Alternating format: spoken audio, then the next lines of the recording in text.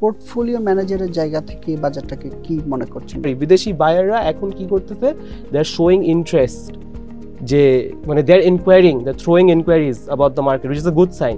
So like I said, the perspective দুইটা মানুষের জন্য ভালো, একটা হচ্ছে বিদেশিরা, আরেকটা হচ্ছে যারা টাকা নিয়ে বসেছিল, ওরা টুকটুক করে কিনে।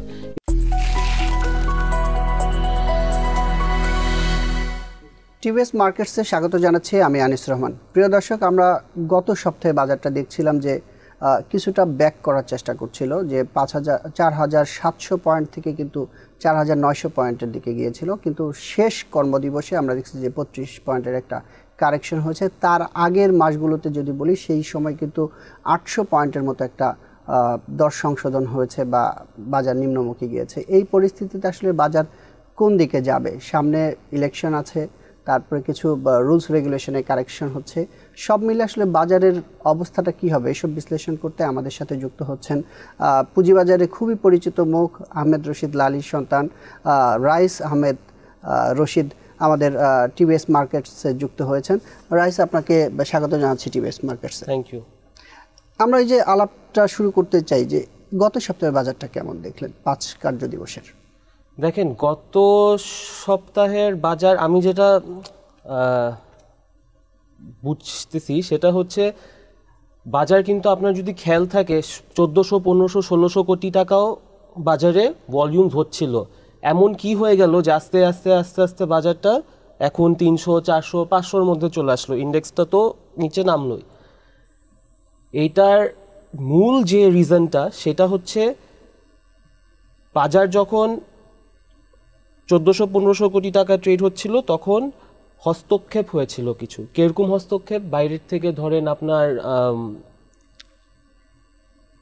কি নাম, এনবিআর চিঠি পাঠালো যে 50 লাখ টাকার বেশি যারা গেইন করেছে ওদের লিস্ট। 3 মাস পরে কিন্তু লিস্টটা এমনিতেও পেত। ওই যে আগেই যে লিস্টটা চেয়ে নেওয়া, সেটাতে হয়েছে কি, একটা মানে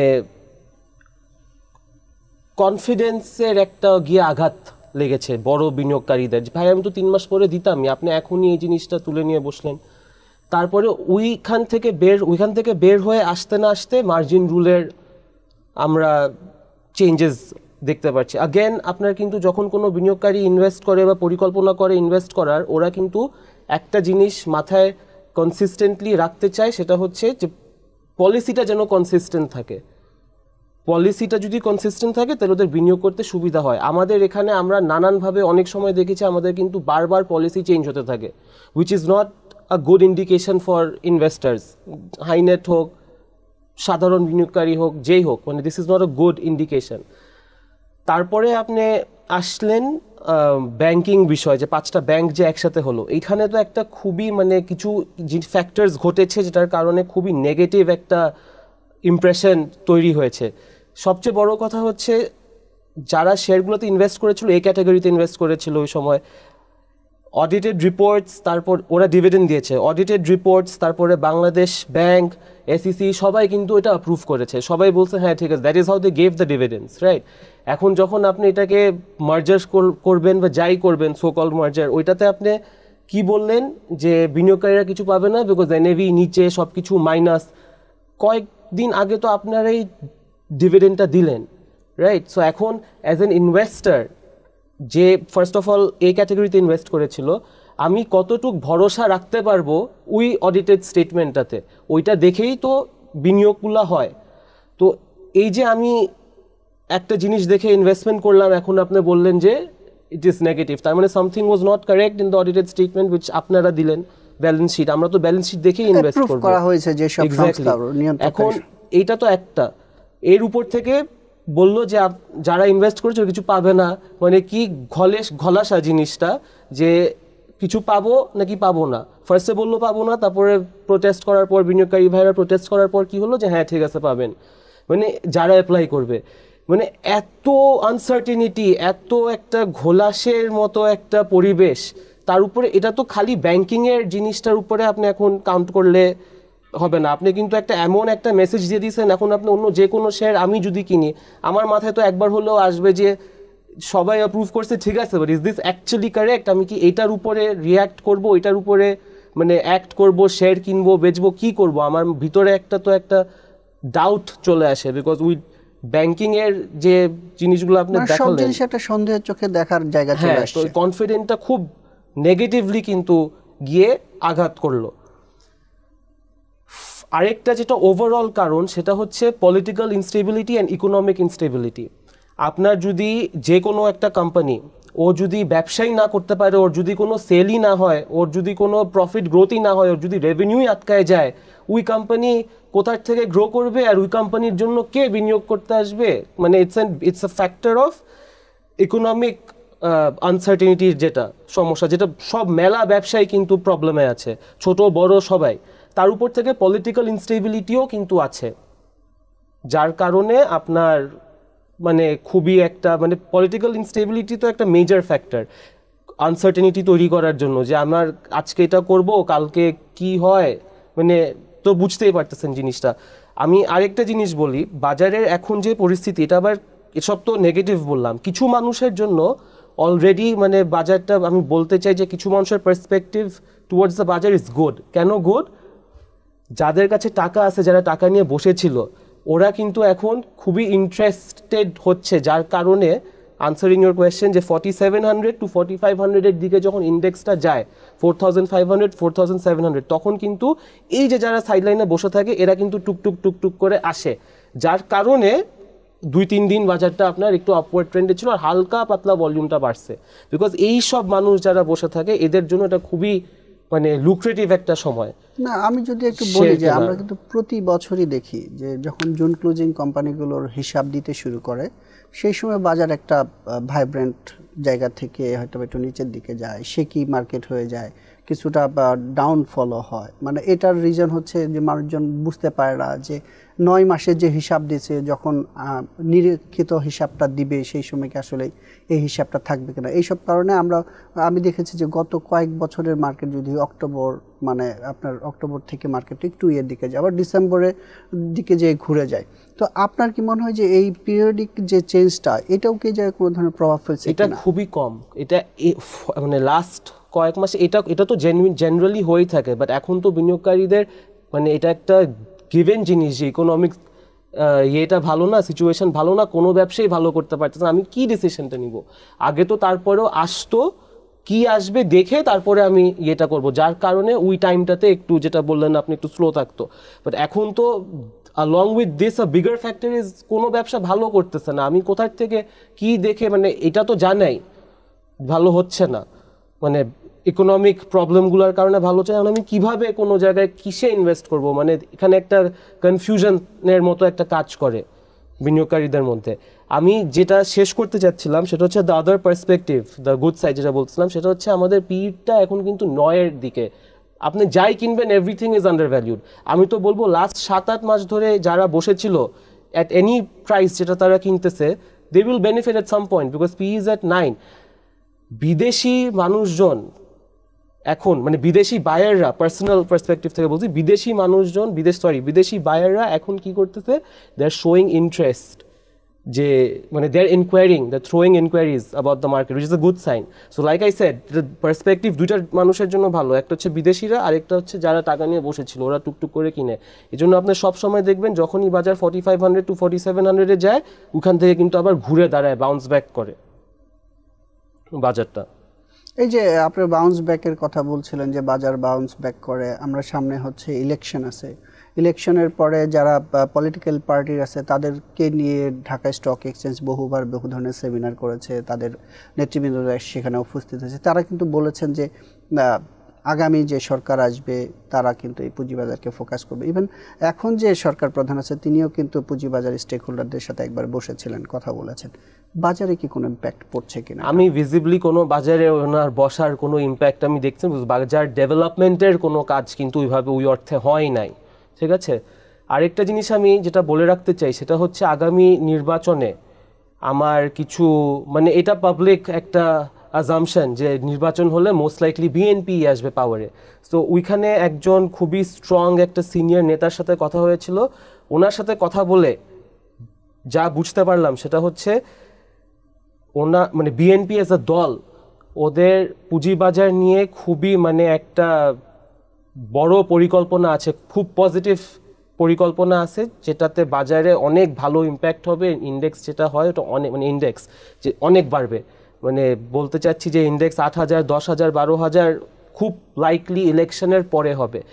অ্যান্ড বিদেশি বিনিয়োগকারীর যে কথাটা বললাম, this foreign investors are also waiting for political ওরা যে মানে একটা পলিটিক্যাল পার্টি আসুক তারপর ওরা এখন করবে না, এখন তারা খালি কোয়েরি করতেছে, কোম্পানির ব্যাপারে কোয়েরিগুলো থ্রো করতেছে, but they will invest after the political government comes. So এটা কিন্তু একটা মেসেজ যে ইলেকশনটা হয়ে যাওয়ার পরে বাজারটা অনেক ভালো করবে। আর আমার পার্সোনাল বিশ্বাস, আপনি যদি ইলেকশনের প্রপার ডেটটা অ্যানাউন্স করে দেন, ওইটাও কিন্তু একটা বড় এফেক্ট বাজারে নিয়ে আসবে। আমরা আগামী মাসে পেয়ে যাব একটা ডেট, যদি মানে প্রপার ডেট, হ্যাঁ, যেটা চেঞ্জ হবে না, ওইটাতে কিন্তু অনেক ভালো একটা তারপর বাজার ভালো একটা দিকে যাবে, এটা আমার আশা। আপনি রশিদ ইনভেস্টমেন্ট সার্ভিসের পোর্টফোলিও ম্যানেজার হিসেবে কাজ করছেন, সাথে নির্বাহী পরিচালক হিসেবে কাজ করছেন।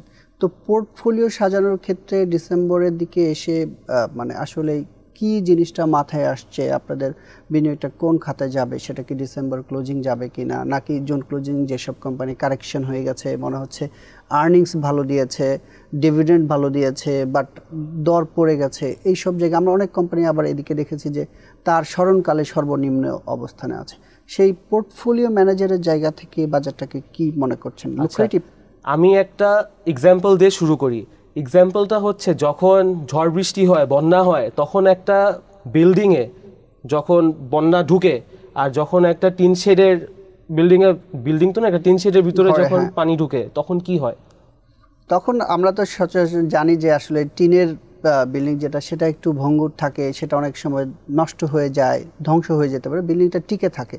সেই জায়গা থেকে আপনি কিছু বলতে চান কিনা? Exactly my point. সেটা হচ্ছে যেটা প্রপার বিল্ডিং, যেখানে পানি কিন্তু ওটা কিন্তু ঢুকে বের হয়ে যাবে, প্রপার বিল্ডিংটাকে আমি ডাইরেক্টলি কম্পেয়ার করতেছি ধরেন ফান্ডামেন্টালি ভেরি স্ট্রং শেয়ারস। এখন আমরা খুবই রাফ একটা প্যাচে আছি because of the factors we have mentioned, because of all the uncertainties, political, economical, policy making, মানে যেসব কারণের বাজারে আমরা এখন যে পজিশনে আছি, এই পজিশন থেকে কিন্তু টুডে অর টুমরো বাজারটা উঠে যাবে। উঠে যাওয়ার পরে কিন্তু আপনি দেখবেন যেটা এখন সর্বনিম্ন দামে আছে ওটা কিন্তু চলে যাবে যেখানে ছিল।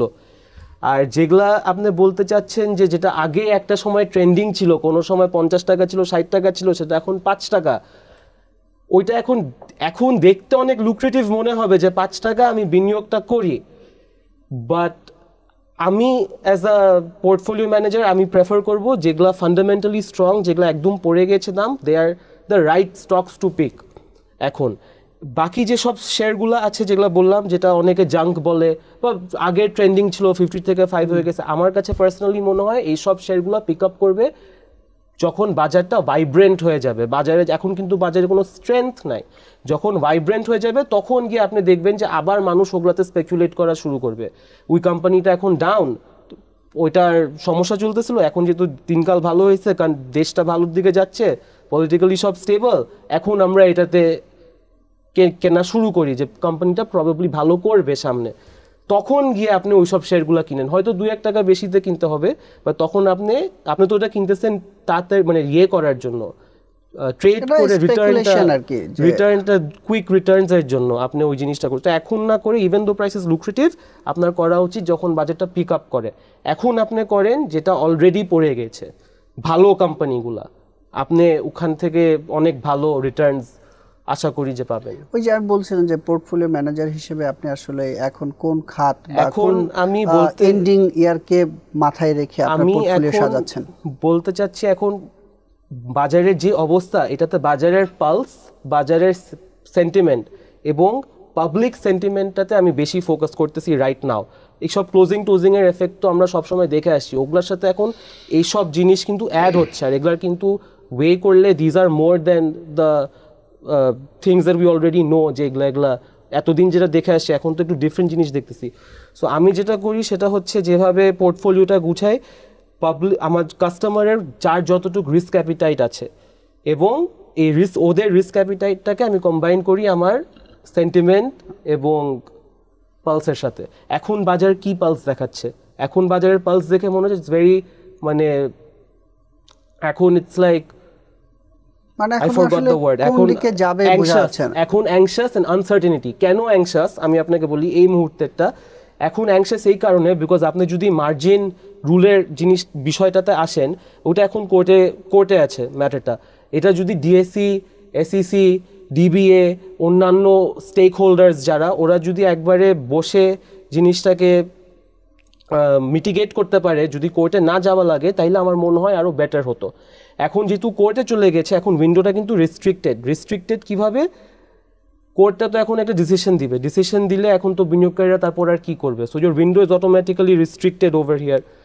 এখনও আমার মনে হয় 7-8 দিন আছে, যদি বসে তাইলে ডিসকাশন করা যায়। এখন এখান থেকে অ্যাংজাইটিটা কিসের, অ্যাংশিয়াসনেসটা কিসের, সেটা হচ্ছে কার পক্ষে যাবে, এর পক্ষে যাবে, বিসেকের পক্ষে যাবে না ইনভেস্টরের পক্ষে যাবে। এখানে একটা আনসার্টিনিটি এবং অ্যাংশিয়াসনেসের জায়গা কাজ করে। এটার সাথে সাথে আমি একটা আমার ওপিনিয়ন যেটা অন দ্য মার্জিন সেটা হচ্ছে আমাদের দেশে মার্জিনটাকে টাইম বাউন্ড করাটা আমি মনে করি যে উপযোগী কেন হবে? বিকজ এটা ইন্ডিয়াতে হয়েছে। ইন্ডিয়াতে কি হয়েছে, আপনি মার্জিন রুলে আপনি মানে লোন নিলেন, লোন নেওয়ার পরে কোনো ইকুইটি কিনলেন, ইকুইটি কেনার পরে আপনার যদি মাইনাস হয়ে যায় 2 দিন 3 দিন whenever it is, যদি মাইনাসে চলে যায় আপনাকে আপনার হাউস ফোন করে বলবে যে ডিপোজিট করেন নাহলে শেয়ার বিক্রি করে দিব। তো ওরা যদি ডিপোজিট না করে দে সেল দ্য শেয়ার। এখন this is what I mean by time bound. Because আর এখন কি হচ্ছে, এখন হচ্ছে সবাই একসাথে ঢালাওভাবে সেল করে। আর ইন্ডিয়াতে কি হচ্ছে, যার যখন যেমনে মেচিওর হচ্ছে ওইভাবে সেলটা হচ্ছে, বাজারু ইয়েটা নিতে পারে। আমাদের বাজার যখন একসাথে পড়ে তখন তো এটা ইজ ভেরি মানে যারা মার্জিন লোন নেয় ওদের উপরেও এফেক্টটা এসে পড়ে, বিকজ ফোর্স সেলে সব কিছুর সাপ্লাই বেড়ে দাম কমে। সেকেন্ড যে জিনিসটা, যারা মার্জিন লোন দিচ্ছে দে শুড বি অ্যাকাউন্টেবল। মানে যে ধরেন আপনি কোনো ফার্মের পোর্টফোলিও ম্যানেজার, হ্যাঁ, you are the decision maker যে আপনি দিবেন নাকি দিবেন না margin loan. So you should also be held accountable, because আপনার এটা দেখতে হবে যে যাকে আপনি মার্জিন লোনটা দিচ্ছেন ও কি ফেরত আমাকে দিতে পারবে, নাকি ওকে ফোন দিলে তারপর সে বলবেন ভাই থামেন, কিছু জমি বিক্রি করে তারপর দিতেছি, গয়না বিক্রি করে দিতেছি, এখন কিছু করেন না, একটু ওয়েট করেন। এইসব কিন্তু আপনাকে অ্যাসেস করতে হবে। So you should also be accountable যে আপনাকে কাকে কিভাবে দেওয়া উচিত মার্জিন লোনটা। আর মার্জিন রুলের ক্ষেত্রে কি আসলে এইভাবে ইন্ডিভিজুয়ালি বা একটা প্রতিষ্ঠান ধরে কি মার্জিন রুল ব্যাংক করে না? ব্যাংক তো এভাবে না, ব্যাংক তো তার কোর পয়েন্টটাই হচ্ছে মার্জিনের মানে টাকা দেওয়া, লোন দেওয়া এবং হচ্ছে আমি আপনাকে যদি একটু বলি যে এই যে মার্জিন রুলের যে নীতিমালাটা হয়েছে এখন, যে ফোর্স সেল এবং হচ্ছে মার্জিন কলের যে এটা নামায় নিয়ে আসা হয়েছে, এটা আপনাকে কেমন মনে হচ্ছে? মানে এখন হচ্ছে এটাই আমি বললাম, আই উইশ এটা টাইম বাউন্ড থাকতো। যার যখন যেমনি ম্যাচিওর হবে তারটা ওইভাবে বেচা হবে। এখন মানে এই জিনিসটা করলে বাজারের জন্য আর কি অনেক উপকারী হবে জিনিসটা। ওই যে পি রেশিও দেওয়া হয়েছে, তারপরে 5%-এর বেশি ডিভিডেন্ড দিলে বি ক্যাটাগরির শেয়ার কিনতে পারবে, একটা ইনস্ট্রুমেন্টে একটা নির্দিষ্ট অ্যামাউন্টের বেশি কিনতে দিবে না। এইসবকে আপনার যে পোর্টফোলিও ম্যানেজার হিসেবে মনে হচ্ছে কি কোথাও থেকে ধরে ফেলা হচ্ছে? দ্য গুড থিং ইজ আমরা সব ক্যাশে ট্রানজ্যাকশন করি, আমরা মার্জিন দিই না। সো আমাদের পার্সোনালি ওরকম কোনো কিছু নাই, but as a overall market এটা তো মাত্র এখন যেটা দিল, এখন এটাই যদি ইমপ্লিমেন্ট হয়, এখন এই মুহূর্তে এটার ব্যাপারে কমেন্ট করাটা তো ইমপ্লিমেন্টেশনটা না দেখে এখন খামাখায় কমেন্ট করে তো ইট ওয়ন্ট বি ইউজফুল। আগে দেখি কি হয়, দেন আমরা একটা কমেন্ট করার পজিশনে যেতে পারবো। আমরা একটু মানে বাজারের এই ডিসেম্বর খুব কাছাকাছি, আর কয়েকদিন বাকি আছে। ডিসেম্বর পরে হয়তো ইলেকশনের একটা ডেট আসবে। আপনি বলছিলেন ইলেকশনের ডেট বাজারকে একটা ভাইব্রেশন দিতে পারে। আপনার কি মনে হচ্ছে ফার্স্ট উইকেই দিকে দিয়ে দিবে? সেটার পরে যদি পলিটিক্যাল সিনারিও এরকম থাকে, বিনিয়োগকারীদের আপনার কিছু বলতে চান কিনা, যেখানে বিনিয়োগ করার অ্যাম্পল অফ অপরচুনিটি ক্রিয়েট হবে কিনা? অনেক অপরচুনিটি ক্রিয়েট হবে। যারা এতদিন সাইডলাইনে বসেছিল ওনারাও অ্যাক্টিভ হবে ইলেকশন ডেটটা দিয়ে দিলে। যারা বড় বড় মানে হাইনেট ইন্ডিভিজুয়ালস যাদের ইয়েতে প্রাইস ফ্লাকচুয়েশনটা হয়, যাদের কেনা বেচায় প্রাইস ফ্লাকচুয়েশন হয়, যারা অনেকে এখন সাইডলাইনে আছে, ওরা সবাই কিন্তু আস্তে আস্তে ঢুকা শুরু করবে ইলেকশন ডেটটা যদি দিয়ে দেয়। বিকজ সবার ভিতরে একটা ফাইনালি একটা রিলিভের মতো আসবে যে হ্যাঁ এখন দেশে পলিটিক্যাল স্টেবিলিটিটা আসবে, এখন হয়তো এটার সাথে সাথে ইকোনমিটাও ভালোর দিকে যাবে।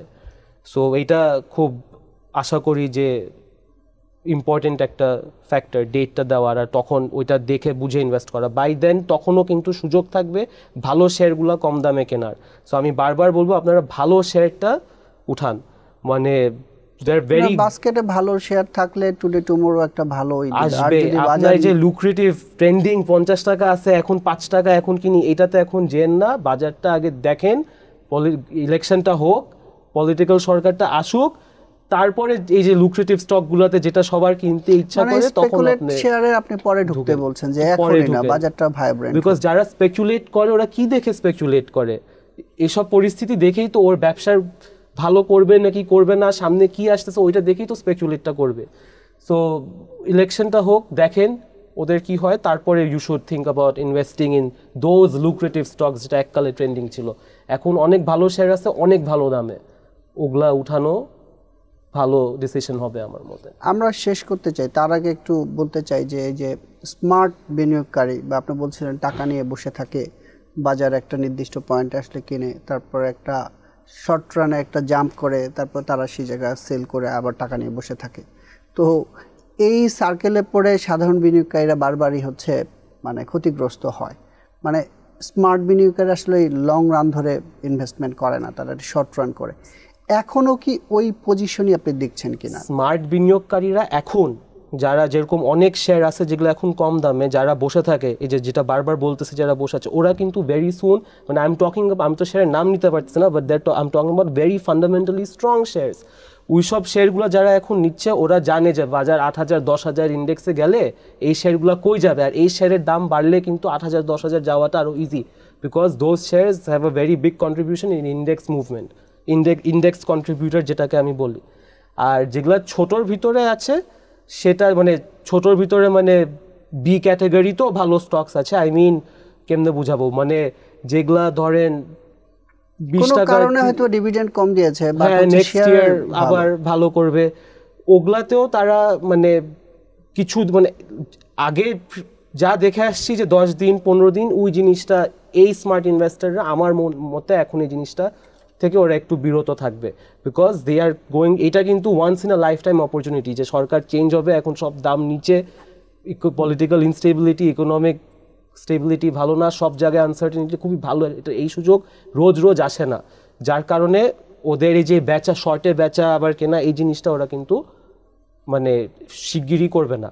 যেটা হচ্ছে সেটা হচ্ছে ধরেন as a portfolio manager as well, আপনার কাছে যদি কোনো শেয়ার থাকে যেটা আপনি দেখতেছেন যে ফর সাম রিজন ওইটা এখন 20 টাকা 30 টাকা গ্যাপ হয়ে গেল, আপনি ক্লায়েন্টে যেটা বললাম ক্লায়েন্টের রিস্ক অ্যাপিটাইটটা কতটুক, ওর যদি রিস্ক অ্যাপিটাইট বেশি থাকে সেল ইট, আপনার ওটা 200 টাকায় কেনা থাকতে পারে, আপনি ওটা এখন 130 টাকায় বেশি দিতে পারেন, 60 টাকার থেকে 130 টাকায় হলো ফর এনি রিজন, আপনি পরে ওটাকে আবার বাই ব্যাক করে ফেলেন। আপনার ইন্ডেক্স এবং মার্কেটের ভলিউম ছাড়াও আপনি জাস্ট আপনার যে কয়েকটা শেয়ার আছে আপনি যদি ওই শেয়ারের উইন্ডোগুলো খুলে রাখেন, ওই স্টকের উইন্ডোগুলো খুলে রাখেন, আপনি কিন্তু ট্রেড করার অনেক অপরচুনিটি পাবেন। হ্যাঁ, আপনি ওই শেয়ারটা কমপ্লিটলি বেচে বের হতে পারবেন না, কিন্তু আপনার 3 টাকা 5 টাকা গ্যাপে আপনি ট্রেড করতে পারবেন। আপনাকে অসংখ্য ধন্যবাদ টিভিএস মার্কেটসে আসার জন্য। Thank you. প্রিয় দর্শক, আমরা কথা বলছিলাম রশিদ ইনভেস্টমেন্ট সার্ভিসেস লিমিটেডের পোর্টফোলিও ম্যানেজার এবং এক্সিকিউটিভ ডিরেক্টর রাইস আহমেদ রশিদের সাথে। তিনি কিন্তু বলছিলেন, কথার ফাঁকে একবার বলছেন যে আগামীতে যখন বাজার 8,000 বা 10,000 পয়েন্টে যাবে, তখন যদি আপনি আপনার পোর্টফোলিওকে একটা বড় গ্রোথ দেখতে চান তাহলে এখনই পজিশন নেওয়ার সময়, যে ভালো কোম্পানিগুলোতে যদি আপনি পজিশন নেন সেক্ষেত্রে এই ইন্ডেক্সের বাড়ার যে সুফল সেটা হয়তো আপনি পাবেন। আর যদি আপনি জাঙ্ক শেয়ারগুলো বা স্পেকুলেট শেয়ারগুলো কিনতে চান, তার পরামর্শ হচ্ছে এখনই না কিনা। আপনার প্রাইস কোনো এক সময় হাই ছিল, সেই জায়গা থেকে হয়তো বা 10% বা 20% নেমে এসেছে, সেই শেয়ারগুলোতে এখন ইনভেস্ট করার ব্যাপারে তার কিন্তু মত হচ্ছে যে দেখে শুনে করা উচিত। টিভিএস মার্কেটসের পরবর্তী পর্ব দেখার আমন্ত্রণ রইল।